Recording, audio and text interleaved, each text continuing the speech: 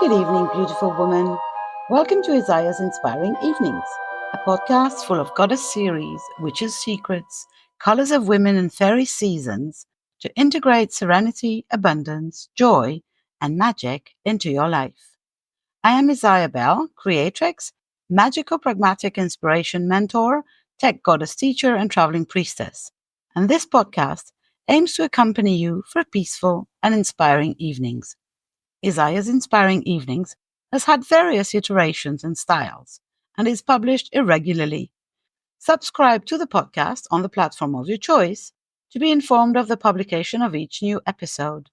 If you like this podcast, please support it by leaving stars, blue thumbs, and reviews on whatever platform you listen to me. In 2024, there are going to be 5 series in it, for now. All different, all aiming to inspire the audience, all telling stories, each complementing each other.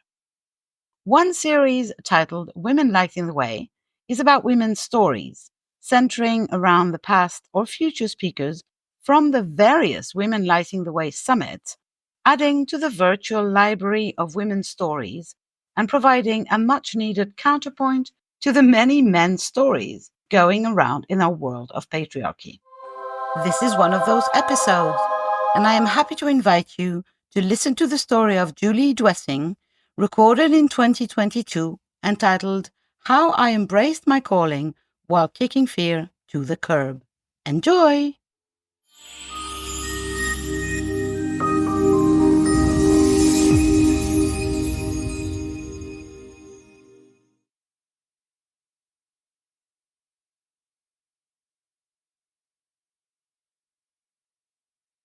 Hello. My name is Julee Duessing, and I'm coming to you from Stevens Point, Wisconsin, in the Midwest of the US. And very excited to be here to talk about embracing your calling and kicking fear to the curb, which I did. But fear is always a part of things. Fear kind of stays off to the side and rears its head every so often. So it's something that I confront all the time, and all of us will confront it as we move forward in our callings. I want to share with you a quote that I love that I feel like really encapsulates this process. And it's from Rabbi Menachem Mendel Shearson, easier said as the Rebbe, a wonderful spiritual teacher. And it's, there are 2 events in life, good and very good, sweet and bittersweet. Why bittersweet? Sweet because from each event we grow. Bitter because it's so painful to tear ourselves away from who we once were. And I think that embracing your calling, and I think we have many callings throughout our lifetime, is a process of leaving part of us who we were behind. And it doesn't mean necessarily that something has to be bad for that to happen. And I really want to emphasize that, because I think the hardest times to let go is when things are good. And we don't have to make them bad in order for us to move on to our next step. When I was 8 years old, 8 or 9, I went away to sleepaway camp for 3 weeks. And the first day of camp, there was a girl, we'll call her Polly, who was kind of dramatic and was upset about something. Don't remember what it was, but she talked about her allergy pills, that she was going to overdose on her allergy pills. And people in our cabin kind of made fun of her. And I was like, oh no, you can't do that. And she went off to the bathroom. Everyone stayed behind, and I followed her. And I saw her with her bottle of pills, and she started to put them in her mouth. And I went up to her, and I kind of did one of those like volleyball pounce, and the pills went flying all over the place. And I remember looking down; it was a cement floor, and I could still see the little yellow and green pills all over the floor. Well, Polly started screaming. She got really mad at me for doing that. She's like, "What are you doing? What are you doing?" And then all the other campers came in, and then the counselor came in, and there was all this commotion going on. And it was an interesting lesson for me because I learned I needed to follow what was right, what was calling to me, even though it wasn't most popular at the time, because everyone else thought, oh, she's not going to do anything, and Polly said she wasn't going to do anything. But it felt like the right thing to do, even when it wasn't popular and it was kind of uncomfortable. So that was one of my earliest memories of having to do that. And when I moved into the next stage of what I felt like was my work and spiritual calling, learning to access the Akashic Records. The Akashic Records are really popular now. When I started with this over 20 years ago, it was something that you didn't know much information about. I was lucky to find someone who was involved with it. And when I learned it, let me stop and explain what it is. The Akashic Record is a vibrational record of every soul and their journey since the soul's inception. It records everything that's happened to them, every thought, every action. And I learned through a sacred prayer that was a very powerful energy. And within that energy, you can see and learn a lot of different things about someone's history, all past lives, all of those kind of things. And the Akashic Record is talked about in many different religions, and the Bible is called the Book of Life or the Book of God's Remembrance. I'm Jewish, and so when I heard the Book of Life, I was like, oh, it's like Rosh Hashanah. That's, we talk about being inscribed in the Book of Life. So it was an easy jump for me. And when I took the class, it felt like it felt very natural, like breathing, very necessary. So that started this journey into a deeper spiritual world. I always felt like I had a close relationship with God, with spirit. I had challenges during my childhood with depression and some other things, and that my close relationship with, I'll say God, because that's how I often refer, but whatever, Mother Earth, whatever resonates for you. Many paths, one presence is my motto, which I stole from Unity Church, I believe. But that made it, and like I said, an easier jump for me spiritually. But at the same time I was learning this, I also professionally was an executive director of a nonprofit in Chicago, which I was very passionate about, Hustling International. And I was very involved in that. And so it was trying to synthesize these two worlds, which many of us who are on a spiritual path kind of struggle with that sometimes. And I wasn't sure how to comfortably talk about what I did. I was working on a big project at the time. It was a youth hostel in Chicago. We had a summer facility, and so it was very mission driven, and I felt a lot of passion about that. But this other thing, this spiritual world and calling and working and supporting people in that way was very meaningful for me. So I was in struggle with it. And one day we had someone from our national office come in, and we were friendly. And I was telling her this new work that I found, and that I was doing this, and that's kind of a cool thing. And if you're interested, let me know. And she was interested. So after we had a day of working in the city, we went back to my office at night. And in the dark, because of course I didn't want anyone to find out what I was doing, kind of lit a candle and started working with her in the records and sharing some different things. And it was a great experience. And at the same time, I was nervous because I had a board member that lived in an apartment on top of the office who sometimes comes into the office, and I was worried he was going to come in. And I'm like, this is kind of crazy. But I was in that struggle and that fear of really being fully present for what was happening to me. And so after that experience, we were working on this big project. So I was in downtown Chicago, and we met with the Commissioner of Cultural Affairs, a big hoo-ha, who had an office that's probably bigger than my house. And it looked over Lake Michigan. It was like the most beautiful spot in the city.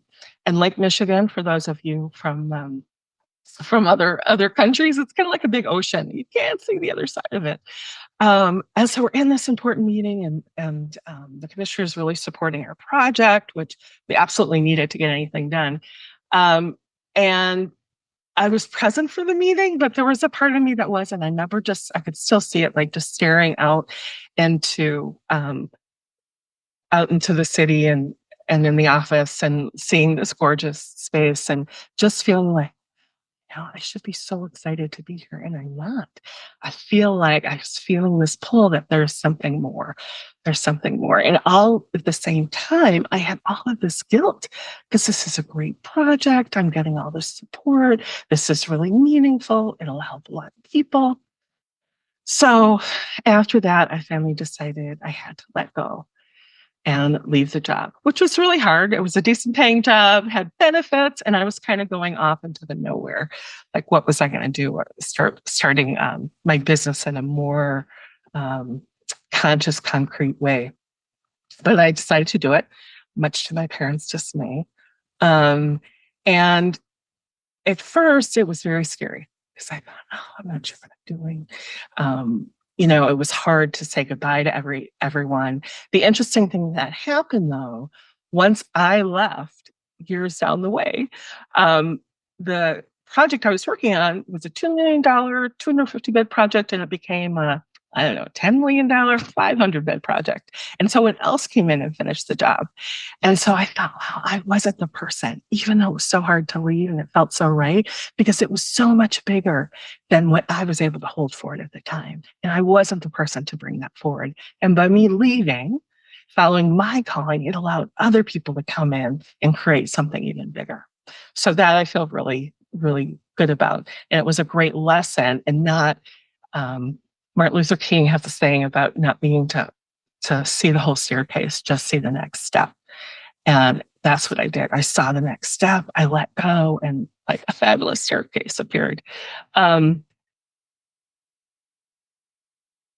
So I go here.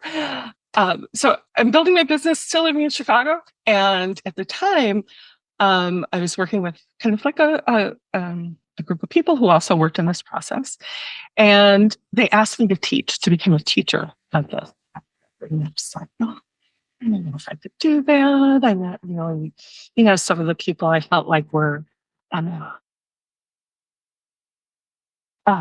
do I say that? Psyche, flowy, airy, like very, like, I should maybe do more certain than more, I'm a little more down to earth. But then there were some other people that were more, kind of like that.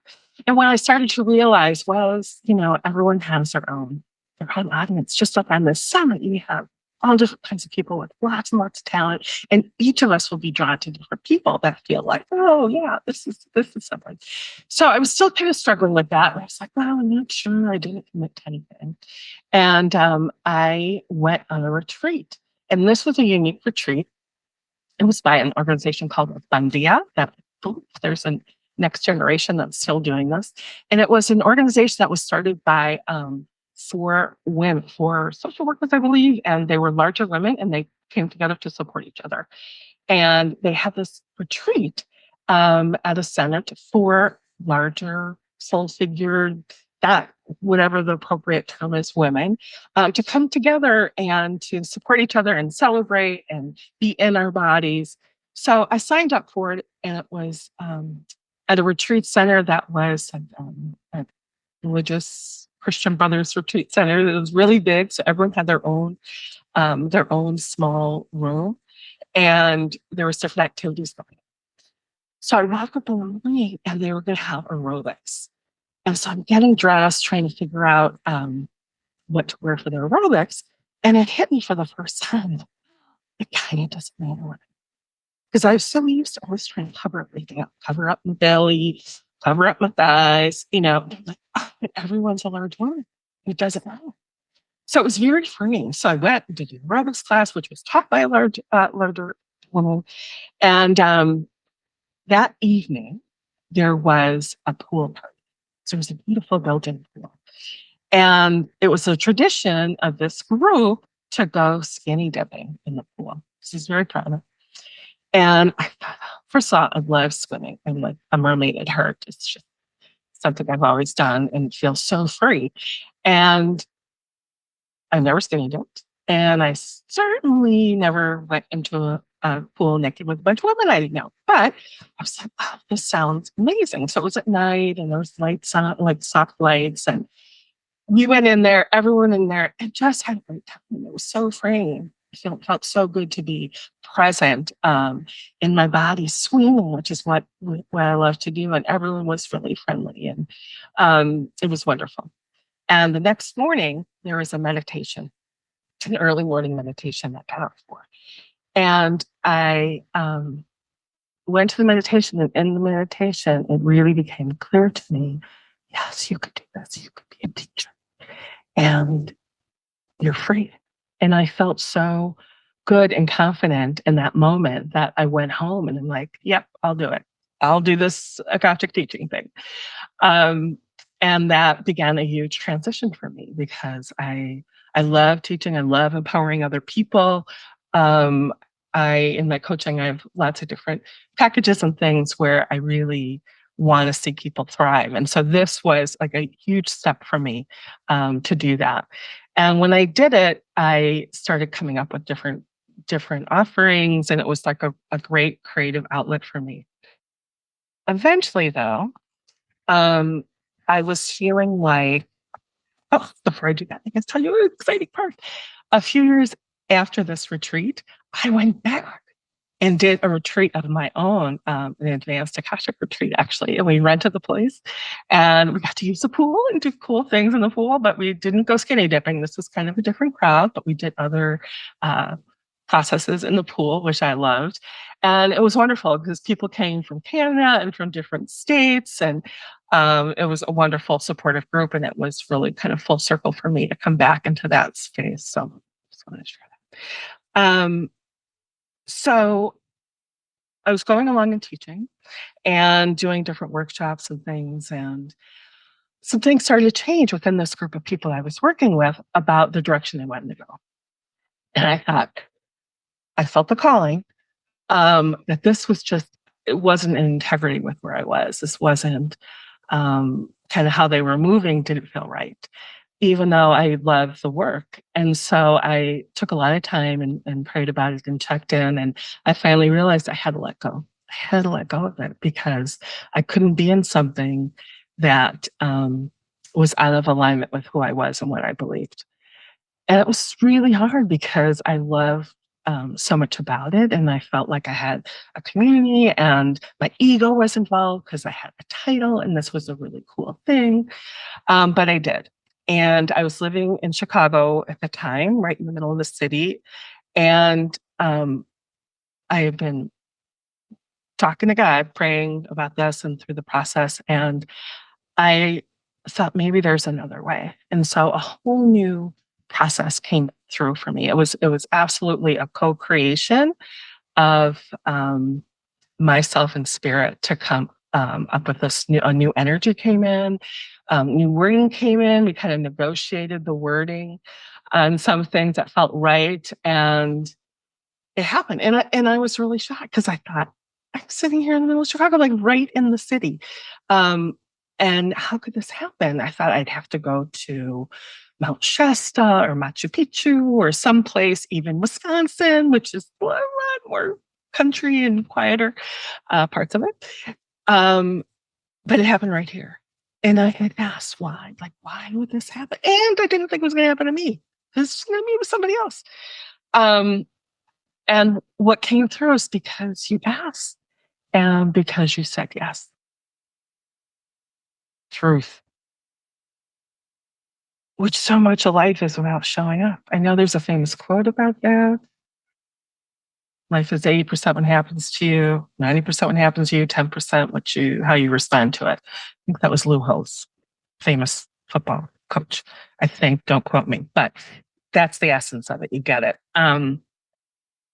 So I had this great thing and this great awakening, and I was scared because, fear it's on the curb, but it kind of rides with you. It like walks along the curb as you're walking. And I thought, and I went through a lot of, who am I? Who am I to do this? Who am I to say I have a different way? And people I had worked with and with this group, people were like, who is she to do this? So I knew that I had to make some changes in my life. And I couldn't go backwards. I shared some of this with some people, and people really close with me embraced it. Other people were like, oh, I'm not so sure. And that was fine. It was a big lesson. So part of what I did was I took a little time out, which I often do when I'm in transition. I'm not sure what I should do. And in the time out, I took some different temp jobs. I still saw clients and did some classes and things, but I wasn't like full on. So at this time, I was working, doing financial analysis for a big healthcare company out in the suburbs of Chicago. And, not super exciting, but it paid well and it gave me some breathing room. And then one day I was sitting, there was, if you could imagine, a big room with lots of cubicles, different people sitting in them, working on different projects and things. And across from me was a guy named Joe, and Joe was a minor league baseball player. And he was kind of doing the timeout thing too, because this was in the winter. And Joe was about 6'6", I think. So everybody knew where Joe was because he was like hands above. And I'm about 5'4". On a good day, my feet have gotten flatter. So, and Joe and I were kind of friendly, but didn't really talk much. But one day I heard him talking about his shoulder. And he said, I'm in so much pain from the shoulder, and the doctors don't know what's causing it. Like the team has sent me to different people, and they've done x-rays and MRIs, and they're not really showing anything, and they don't know what to do. And so I'm listening to this. He's not talking to me, but I'm overhearing it. And I can't help myself once again, kind of like the allergy thing. So I get up and I walk around to Joe's cubicle and I say, Joe, I heard you talking. And just a thought, you might want to, the body and the emotions are all connected. And since they can't find anything physically, there might be some emotional things going on. There might be some kind of connection. You might want to look at that a little bit. And he stares at me and he said, okay. Go back to my cubicle. And I sit down and about a minute later, Joe comes over and he's got a pad of paper and a pencil. And he said, I want to make sure I get this right. No, Julie says. And he goes and he repeats verbatim what I just said. And I said, yeah. So, and then he walked back around and sat down. I was kind of shocked because I thought, this is kind of metaphysics 101, maybe. But he's saying, like this was really news for him. So I'm sitting and thinking, I got to help him. What am I going to do? I don't know what to do.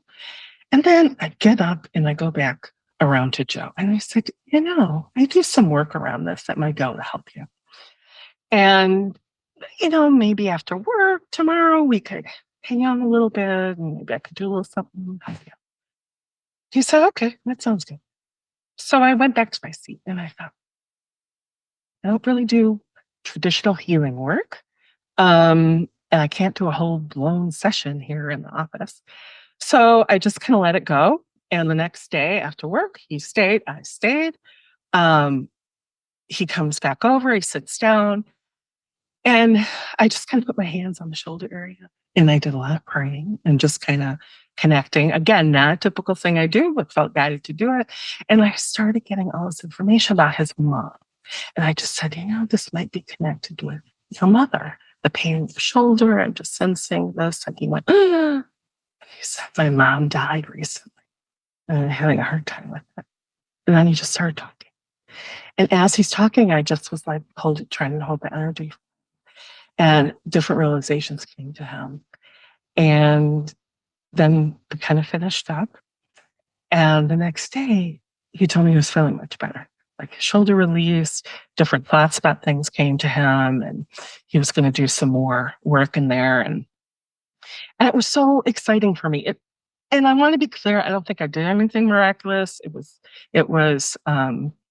it was holding the space and really opening up to some guidance for him to get him going. And then he was willing, and this was so important, he was willing to take a deeper dive, so to speak, into what was going on. Um, and after that, I thought, it's time to move on. I felt like this was really a sign, a calling, like you need to get out of this cubicle. I felt very blessed I was there. I was able to support him.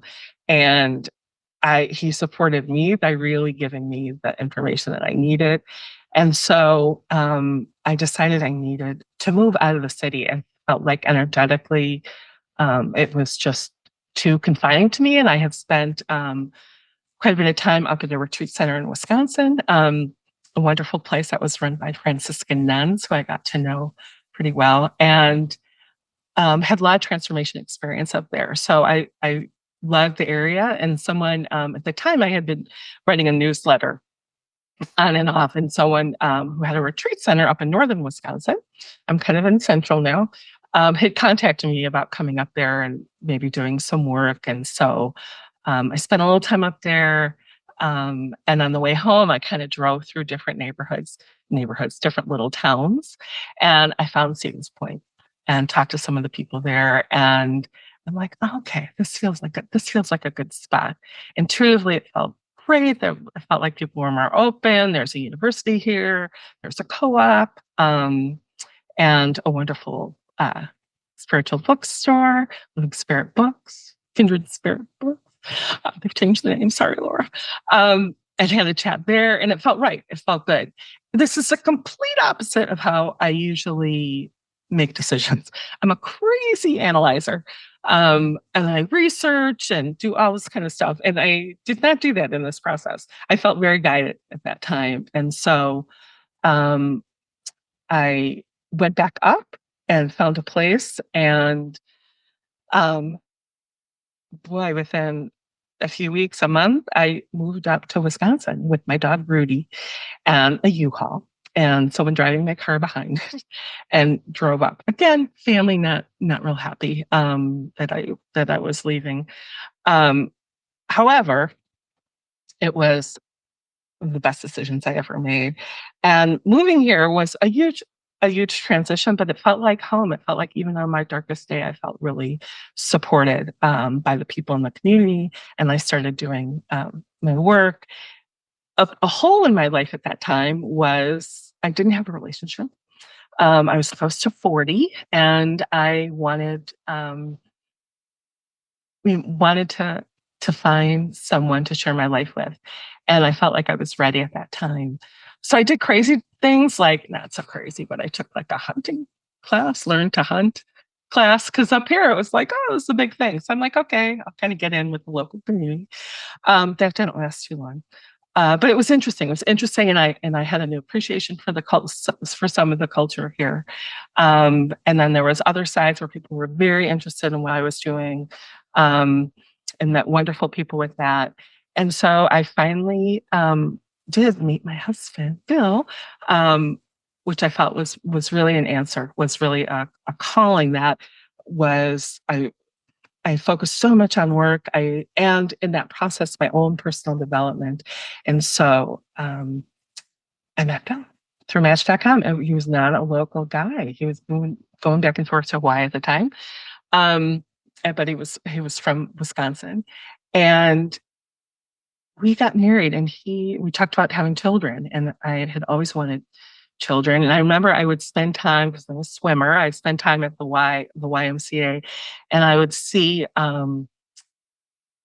swim classes of like little toddlers or preschoolers. And I remember seeing this girl, I could still see her face. And I thought, oh, if I had a daughter, she'd probably look kind of like that. And I felt sad, but I felt, okay, I'm at peace. It's okay. But Bill never gave up. He's like, yeah, we could do this. Well, I have polycystic ovary syndrome, a hormonal challenge. I was 42 at the time, and I was overweight. So those things kind of go against you. However, I felt the calling. And I remember the exact moment shortly after we got married that she entered. And it was really a matter of me saying yes.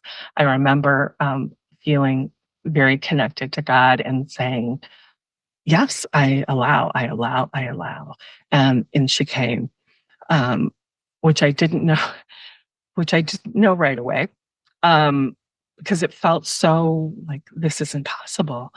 Um, and I'm just laughing because my husband always tells this story. It was Yom Kippur, it's a holy fasting day in Judaism, and you fast for 24 hours, food or water. And I had just eaten. I didn't know that I was pregnant. And I remember we were driving, and then I just like threw everything, threw everything up.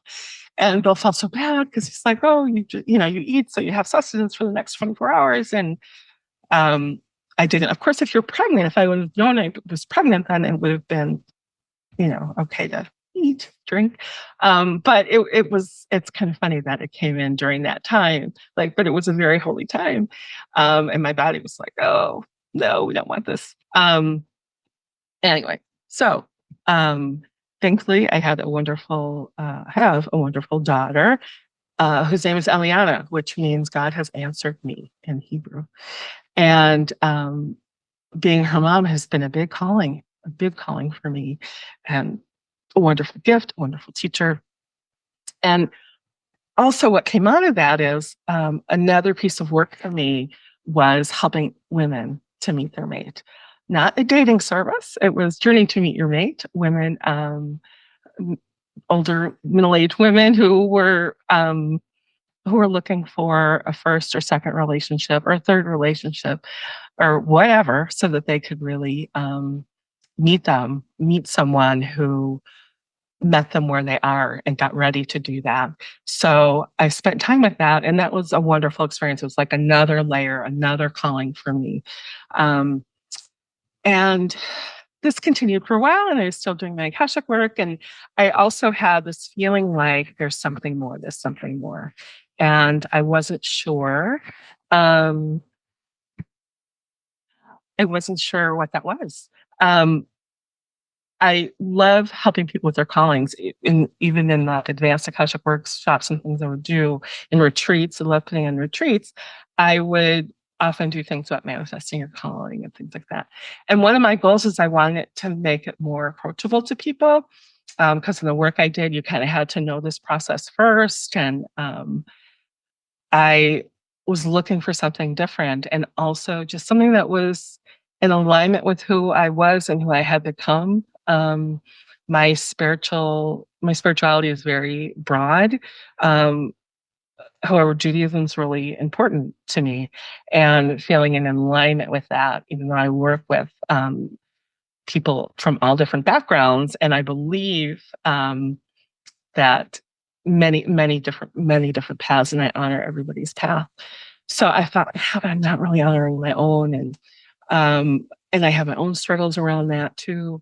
So I took a class in Kabbalah, and the rabbi I felt a strong resonance with. And at one point, in front of the whole class, I kind of had shared my struggles with doing the Akashic work, and we talked. And um, that's a whole long story. But what came out of it for me was readjusting the work that I did, or the process that I used to kind of move from me to the next level. And that was really working with the Shechinah, which is the feminine energy of God. Shechinah is like the closest aspect of God. Hashem, the name, is what it translates to in Hebrew, to us, and most accessible in some ways. So I started to do that and wasn't sure what I was going to do with it. And kind of was during a timeout, and all this happened right before COVID hit. So it gave me lots of time to work with that. And now I'm excited to really focus on callings and helping people manifest that. And the process that I use for myself and to work with clients um, and to bring about results is something that feels more in alignment with who I am. And I want to be really clear, there's so much out there. There's so many different ways of doing things, so many spiritual modalities. My mom used to say, when I lived in Chicago, there was this newspaper, the Last Victorian, and it was a thick one, all metaphysical things, and so many different advertisements of people doing lots of different things. And my mom would look at it and she'd say, like, is all this real? Does all of this work? And I said, I don't know, Mom, but that's what, this is what people are doing.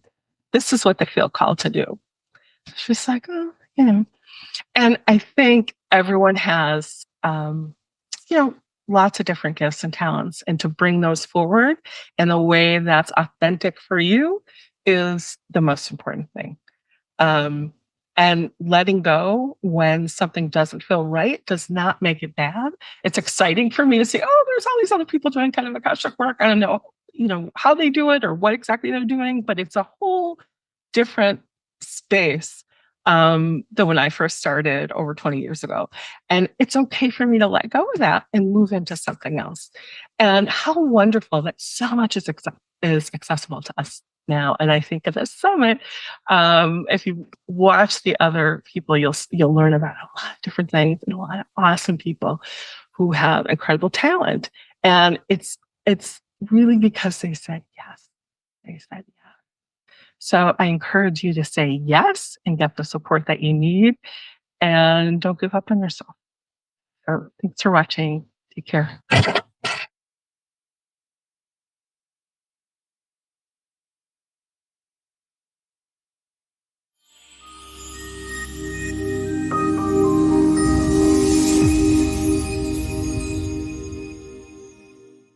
That's it for this episode. The next one is still in creation. Thanks for listening, and don't forget, if you want to support this podcast, share, subscribe, and leave stars, blue thumbs, and a review on whichever platform you listen to. If you want to be accompanied in the change processes that life offers you, if you want to live a goddess life daily and participate in the awakening of feminine energy in the world, know the secrets of witches, and apply the rituals of fairies in your daily life, contact me on my website isayabelle.com. You can also subscribe to my newsletter to be informed of all the news in the real and virtual world of Isaya. You will, of course, find this podcast on all platforms: Google Podcast, Apple Podcast, Spotify, etc., but also on YouTube and on my website, isayabelle.com, on the podcast page.